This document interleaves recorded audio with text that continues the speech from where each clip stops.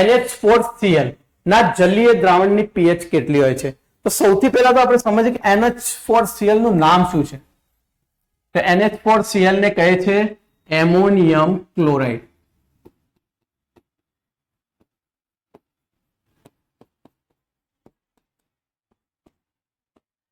NH4Cl નું નામ છે એમોનિયમ ક્લોરાઇડ, જેની pH હોય છે લેસ ધેન 7.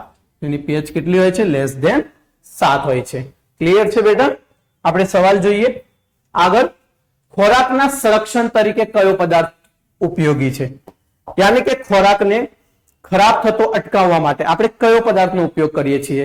તો આપણે ઉપયોગ કરીએ છીએ CH3COOH, યાની કે એસિટિક એસિડનો.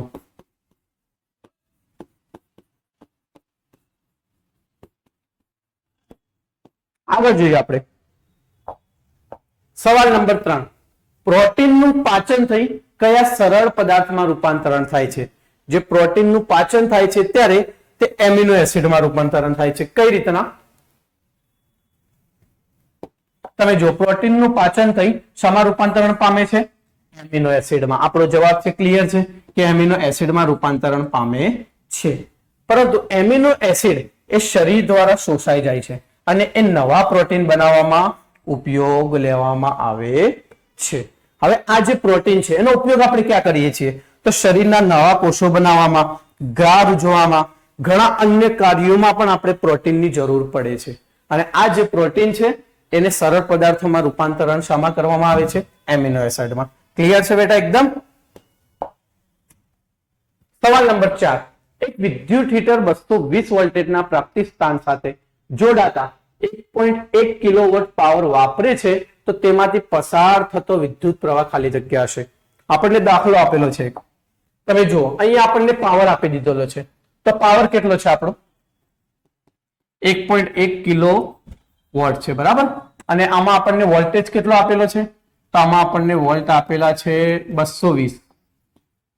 ચલો 220 આપેલો છે આપણને. અને આપણને શોધવાનું શું કહ્યું છે? તો શોધવાનું આપણને કહ્યું છે વિદ્યુત પ્રવાહ. બરાબર. તો આપણે દાખલો જોઈએ. પહેલા તો આપણે જુઓ P બરાબર આપણને 1.1 કિલોવોટ આપેલો છે. તમને ખબર છે કે કિલોને વોટમાં કન્વર્ટ કરવા માટે તો 1 કિલો બરાબર કેટલા વોટ થાય? 1000 વોટ થાય. તો અહીંયા આપણા થઈ જશે 1100 વોટ. અને ભાગાકારમાં કેટલા જશે? તો એમાં જશે વોલ્ટ, એટલે કે 220 વોલ્ટ જશે ભાગાકારમાં. તો અહીંયા 1 શૂન્ય ગઈ, 1 શૂન્ય ગઈ, તો બચ્યા કેટલા? તો 22 5 110. તો આપણો જવાબ આવશે 5 એમ્પિયર. તમે જો જવાબ આપેલો છે, હા આપણને સેક્શન ડી માં આપેલો છે 5 એમ્પિયર. ક્લિયર છે એકદમ? આગળ જોઈએ આપણે સવાલ નંબર 5. નીચેમાંથી શાના વડે રચાતા પ્રતિબિંબ હંમેશા આભાસી હોય છે? તો બહિર્ગોળ અરીસા અને અંતર્ગોળ લેન્સ પર જે પણ પ્રતિબિંબ રચાય છે એ કેવું હોય છે? આભાસી જ હોય છે હંમેશા. ક્લિયર એકદમ?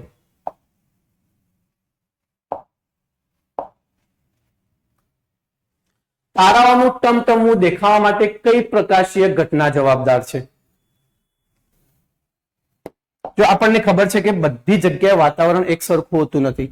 જેમ જેમ આપણે ઉપર જઈએ છીએ તેમ તેમ વાતાવરણ કેવું થતું જાય છે? પાતળું થતું જાય છે. એટલે કે એની જે હવા હોય છે પાતળી થાય છે અને વક્રીભવનાંક કેવો થતો જાય છે? એનો ઓછો થતો જાય છે. અને જેમ જેમ આપણે નીચે આવીએ છીએ તો એની હવા કેવી બને છે? ઘટ. અને વક્રીભવનાંક પણ કેવો થાય છે? વધતો જતો જાય છે. એટલે કે પ્રકાશ જ્યારે એક માધ્યમમાંથી બીજા માધ્યમમાં આવે છે ત્યારે તે વક્રીભવન પામે છે, એટલે કે ત્રાસો વળે છે. એટલા માટે જે તારાઓનું ટમટમવું છે એમાં વાતાવરણીય વક્રીભવનાંકની પ્રકાશીય ઘટના જવાબદાર હોય છે. ક્લિયર છે એકદમ?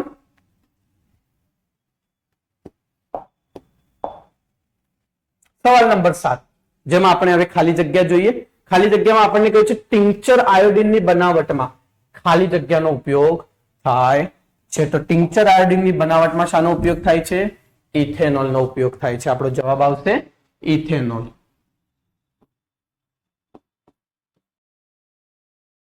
એનું સૂત્ર પૂછવામાં આવે આપણને તો CH3CH2OH, જેને આપણે શું કહીએ છીએ? ઇથેનોલ કહીએ છીએ. ક્લિયર છે એકદમ? આગળ જોઈએ બેટા આપણે સવાલ નંબર 8, મનુષ્યના દૈહિક કોષમાં કેટલા જોડ રંગસૂત્રો હોય છે? ખબર છે આપણને બધાને કે 23 જોડ રંગસૂત્ર હોય છે.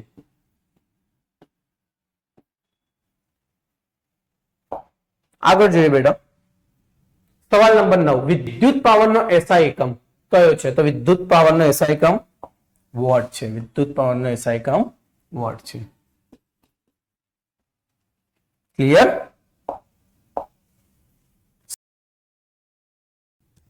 સવાલ નંબર 10, ઉત્સર્ગ એકમનો અંતિમ છેડો ખાલી જગ્યામાં ખુલે છે. તો ઉત્સર્ગ એકમનો અંતિમ છેડો સંગ્રહ નલિકામાં ખુલે છે. આપણો જવાબ આવશે સંગ્રહ નલિકા.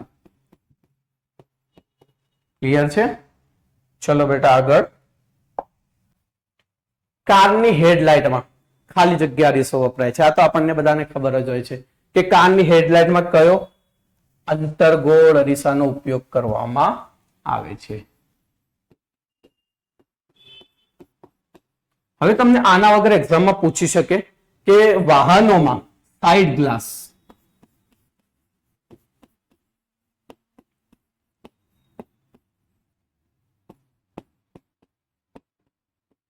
જેમાં કયો અરીસો હોય છે?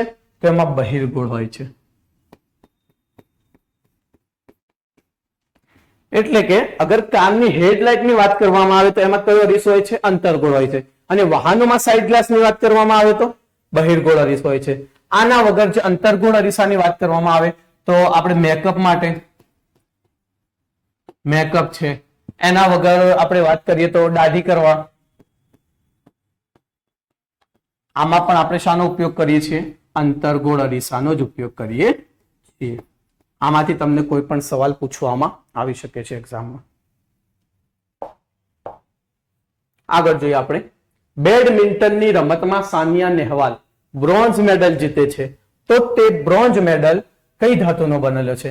તો તે બ્રોન્ઝ મેડલ બનેલો છે કોપર અને ટીનનો. કોપર અને ટીન, Cu અને Sn, યાની કે કોપર અને ટીનનો બનેલો છે. ક્લિયર છે બેટા? સવાલ નંબર 13, મેગ્નેશિયમ એ સોડિયમ કરતા ઓછી પ્રતિક્રિયાત્મક છે. તમે પ્રતિક્રિયાત્મક શ્રેણી જોયેલી છે, ફરીથી એકવાર આપણે જોઈએ. તમે જુઓ કે આમાં જે ઉપરની બાજુ જેટલા પણ તત્વો છે એ કેવા છે? સૌથી વધુ પ્રતિક્રિયાત્મક હોય છે. અને જેમ જેમ નીચે આવીએ છીએ તેની પ્રતિક્રિયાત્મકતા કેવી થાય છે? ઘટતી જાય છે. તો આમાં તમને જો મેગ્નેશિયમ આપેલું છે અને બીજા નંબરમાં કઈ ધાતુ આપેલી છે? સોડિયમ આપેલી છે. બરાબર? તો જો અહીંયા મેગ્નેશિયમ છે અને અહીંયા સોડિયમ છે. આમાં બંનેમાં વધુ પ્રતિક્રિયાત્મક કોણ છે? તો સોડિયમ છે. એટલે કે મેગ્નેશિયમ એ સોડિયમ કરતા કેવી છે? ઓછી પ્રતિક્રિયાત્મક છે. તો આપણો જવાબ આવશે ખરું.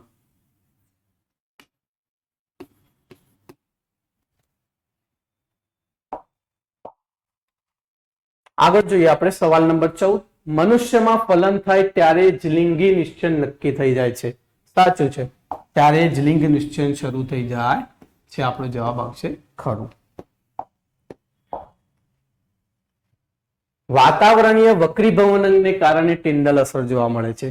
આ તો ખોટું છે.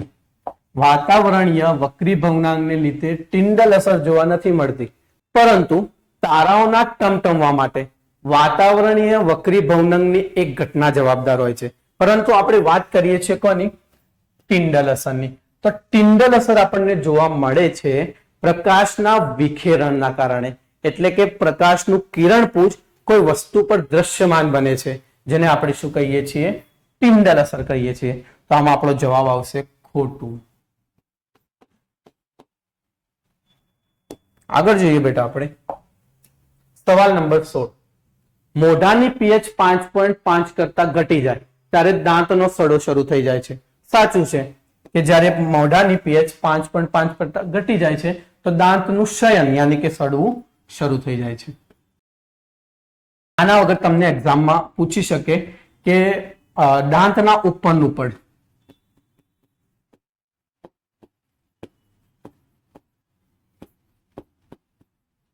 શાનું બનેલું હોય છે? તો કેલ્શિયમ ફોસ્ફેટનું બનેલું હોય છે. દાંતનું ઉપરનું પડ શાનું બનેલું હોય છે? કેલ્શિયમ ફોસ્ફેટનું, જે પાણીમાં ઓગળતું નથી. ક્લિયર એકદમ? તો અહીંયા આપણા ખરા ખોટા પણ પૂરા થાય છે. હવે આપણે જવાબ આપીશું એક વાક્યમાં. આપણને પહેલો સવાલ આપેલો છે, આપણા આહારમાં શાની ઉણપથી ગોઈટર રોગ થાય છે? તો આમાં આવશે આયોડિનની ઉણપથી. ગોઈટર રોગ શાના લીધે થાય છે? આયોડિનના કમીના લીધે આપણને ગોઈટર રોગ થાય છે.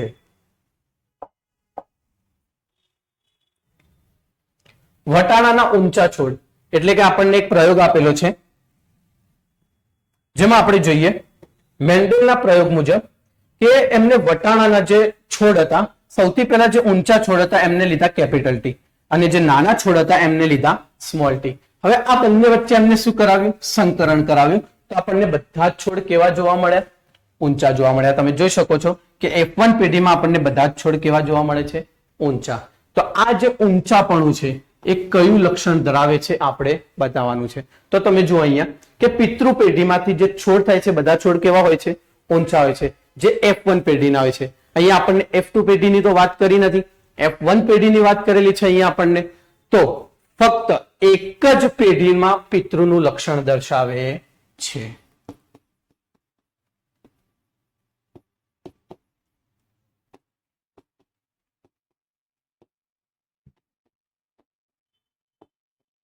ક્લિયર છે બેટા? આગળ જોઈએ આપણે.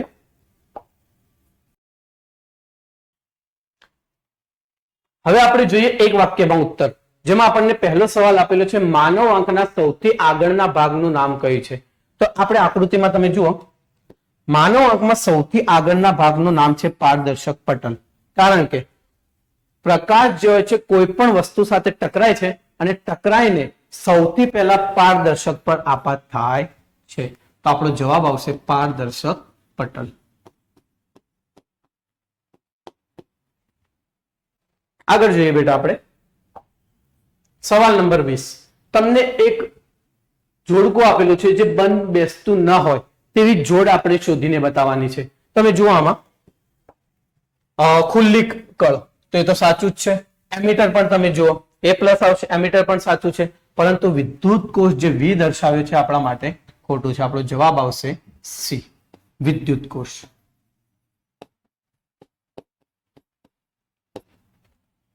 અહીં આપણા એક વાક્યમાં ઉત્તર પણ પૂરા થાય છે.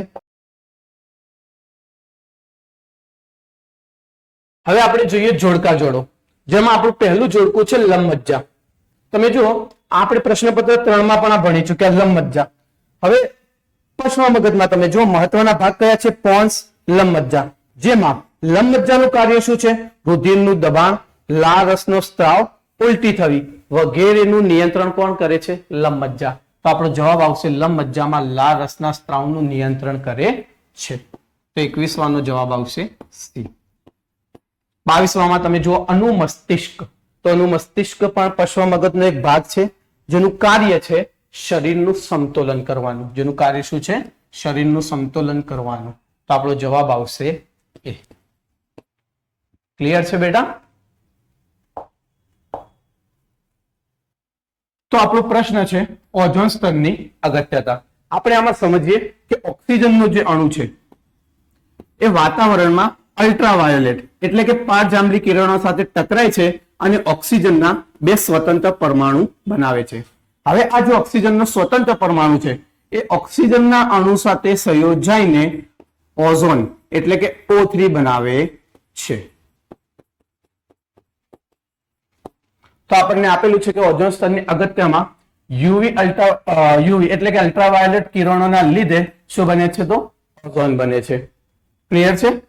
આપણો લાસ્ટ સવાલ છે ઓઝોન સ્તરનું વિઘટન. હવે ઓઝોન સ્તરના વિઘટન માટે 2 વાયુ જવાબદાર હોય છે. એક તો કાર્બન ડાયોક્સાઇડ હોય છે અને બીજો હોય છે ક્લોરોફ્લોરો કાર્બન, CFC. આ જે CFC છે એનો ઉપયોગ હાલમાં આપણે એસી અને ફ્રીજ જેવા સાધનોમાં કરતા હોઈએ છીએ. તો આપણને આપેલું છે કે ઓઝોન સ્તરનું વિઘટન માટે કયો વાયુ જવાબદાર છે? CFC, chlorofluoro carbon. તો આપણો 23 નો જવાબ હતો 1 અને 24 નો જવાબ છે બી.